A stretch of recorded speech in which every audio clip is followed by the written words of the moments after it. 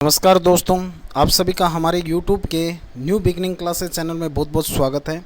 हमारा जो चैनल है वो रोज़ाना आपके लिए मल्टी चॉइस क्वेश्चन सामान्य ज्ञान से संबंधित लेके आएगा।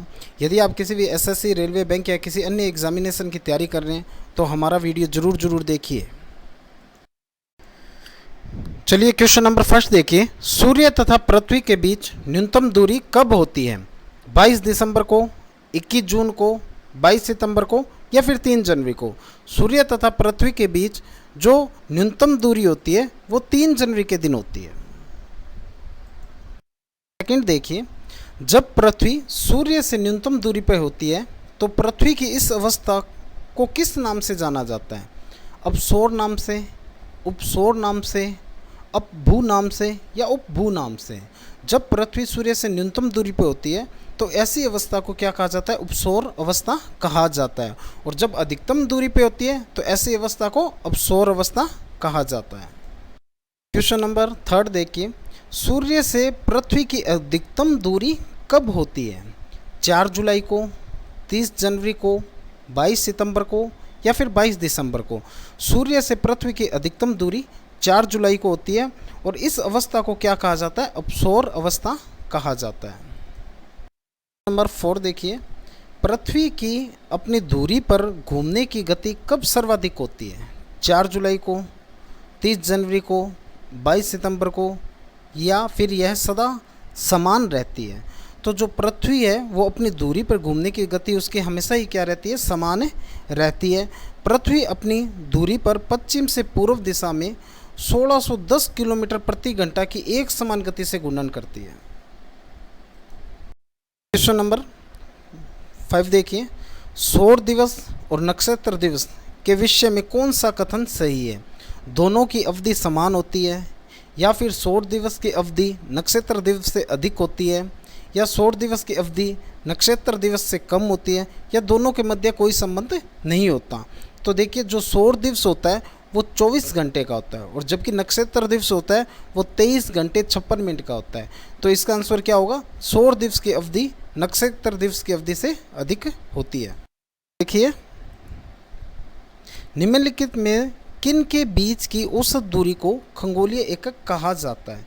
पृथ्वी तथा सूर्य के बीच की दूरी को, पृथ्वी तथा चंद्रमा के बीच की दूरी को, बृहस्पति या सूर्य के बीच की दूरी को, कुबेर या सूर्य के बीच की दूरी को?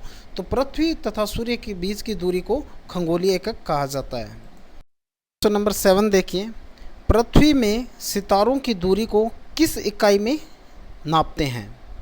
प्रकाश वर्ष में, या फिर फेदम में, या नॉटिकल मील में, या किलोमीटर में? पृथ्वी से सितारों की जो दूरी है उसको अपने प्रकाश वर्ष के अंदर नापते हैं। देखिए, चंद्रमा की सतह पर किस वस्तु का द्रव्यमान तथा भार कम हो जाता है? द्रव्यमान स्थिर पर भार कम हो जाता है, केवल द्रव्यमान में ही कमी आती है, या फिर द्रव्यमान और भार दोनों ही क्या रहते हैं? स्थायी रहते हैं। तो देखिए, चंद्रमा की सतह पर यदि कोई वस्तु होगी तो उसका क्या होगा? द्रव्यमान तो स्थिर रहेगा लेकिन क्या होगा? भार कम हो जाता है। क्वेश्चन नंबर 9 देखिए, निम्नलिखित में से कहाँ सूर्य की किरणें कभी भी समकोण पर नहीं होती है? श्रीनगर में, मुंबई में, चेन्नई में या तिरुवनंतपुरम में? तो श्रीनगर के अंदर कभी भी सूर्य की किरणें समकोण पर नहीं होती। क्वेश्चन नंबर 10 देखिए, ऑस्ट्रेलिया में सबसे लंबा दिन कब होता है? 21 जून को, 22 सितंबर को, 22 दिसंबर को या 23 मार्च को? तो जो ऑस्ट्रेलिया के अंदर है वो 22 दिसंबर को सबसे लंबा दिन होगा।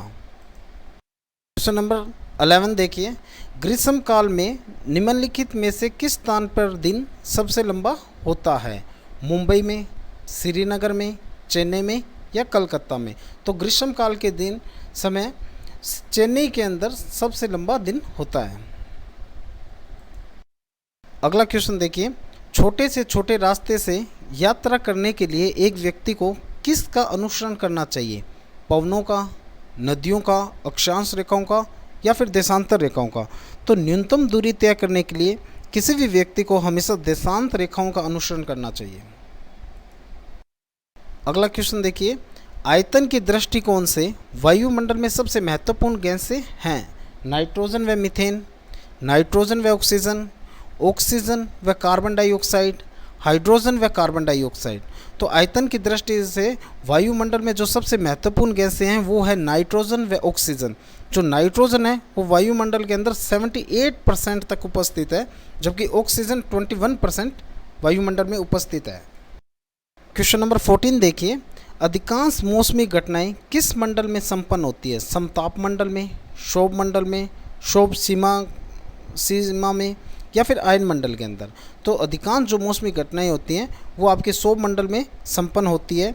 वायुमंडल में होने वाली चाहे समस्त घटनाएं जलवायु वाली हो चाहे मौसमी हो, ऐसी सभी घटनाएं क्षोभ मंडल के अंदर होती है। नंबर 15 देखिए, वायुमंडल में किस परत पर तापमान का वितरण लगभग एक समान रहता है? समताप मंडल पर, क्षोभ मंडल पर, क्षोभ सीमा पर, या आयन मंडल पर। तो वायुमंडल में जो तापमान का वितरण है वो लगभग एक समान समताप मंडल पर रहता है। क्वेश्चन नंबर 16 देखिए, क्षोभ मंडल की मोटाई में वृद्धि किस ऋतु में होती है? ग्रीष्म ऋतु में, शीत ऋतु में, बसंत ऋतु में, या फिर पतझड़ ऋतु में। तो क्षोभ मंडल की जो मोटाई में वृद्धि है वो आपकी ग्रीष्म ऋतु के अंदर होती है, क्योंकि क्षोभ मंडल की मोटाई विषुवत रेखा पर सर्वाधिक होती है और विषुवत पर ग्रीष्म ऋतु होती है। अगला क्वेश्चन देखिए, वायुमंडल में उपस्थित कौन सी गैस पराबैंगनी किरणों को अवशोषित करती है? Methane gas, nitrogen gas, ozone gas, या फिर हीलियम गैस। तो वायुमंडल में ओजोन गैस जो होती है वो सूर्य से आने वाली पराबैंगनी किरणों को क्या करती है? अवशोषित करती है। अगला क्वेश्चन देखिए, ऊंचाई बढ़ने के साथ साथ तापमान में आने वाली कमी को क्या कहा जाता है? तापीय असंगति, तापीय गिरावट, तापमान की गिरावट, या तापपतन दर कहा जाता है। तो ऊंचाई बढ़ने के साथ साथ तापमान में जो कमी आती है उसे तापपतन दर कहा जाता है और इसे एक सामान्य ह्रास दर भी कहा जाता है। अगला क्वेश्चन देखिए, डोलड्रम पेटी की सामान्य स्थिति कहाँ होती है? भूमध्य रेखा के निकट, या फिर ध्रुवीय क्षेत्रों के निकट, या फिर कर्क रेखा पर, या फिर मकर रेखा पर। तो जो डोलड्रम पेटी होती है उसकी सामान्य स्थिति भूमध्य रेखा के निकट होती है, क्योंकि यहाँ पवनें ज़्यादातर शांत रहती हैं और इन्हीं शांत पवनों को डोलड्रम पेटी कहा जाता है। अगला क्वेश्चन देखिए, पवनों की गति का निर्धारण किस कारक से होता है? वायुदाब प्रवणता से, फेरल के सिद्धांत से, पृथ्वी के घूर्णन से, या तापमान से। तो जो पवनों की गति का निर्धारण होता है वो वायुदाब प्रवणता से होता है। जो वायुदाब प्रवणता होता है ये उच्च वायुदाब से निम्न वायुदाब की दिशा में कार्य करता है। यदि आपको हमारा वीडियो अच्छा लगा है तो वीडियो को लाइक कीजिए और ऐसे ही लगातार हमारे वीडियो देखने के लिए हमारे चैनल को सब्सक्राइब कीजिए।